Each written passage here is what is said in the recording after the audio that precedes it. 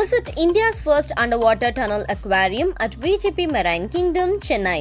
சென்னை மாவட்டத்தில் வசிக்கும் மாற்றுத்திறனாளிகள் மற்றும் 85 வயதிற்கு மேற்பட்ட முதியவர்கள் மக்களவைத் தேர்தலுக்கு அஞ்சல் வழியாக வாக்களிப்பதற்கு வழிமுறைகள் வெளியிடப்பட்டுள்ளன.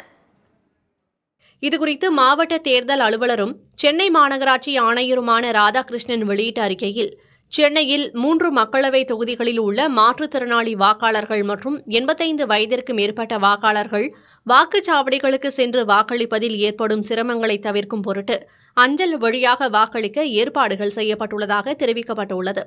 அவர்களுக்கு வசதியாக 12D படிவங்களுடன் வாக்குச்சாவடி நிலை அலுவலர்கள் வாக்காளர்களின் வீடுகளுக்கு நேரில் வரும்போது உரிய நகலை சமர்ப்பித்து படிவத்தை பூர்த்தி செய்து வழங்கலாம் என தெரிவிக்கப்பட்டுள்ளது.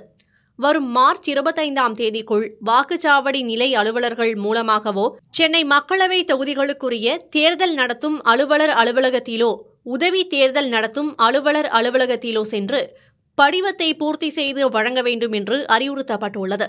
இதில் ஏதேனும் சந்தேகம் இருந்தால் இலவச தொலைபேசி எண்களை தொடர்பு கொண்டு கேட்டறிந்து கொள்ளலாம் என தெரிவிக்கப்பட்டுள்ளது.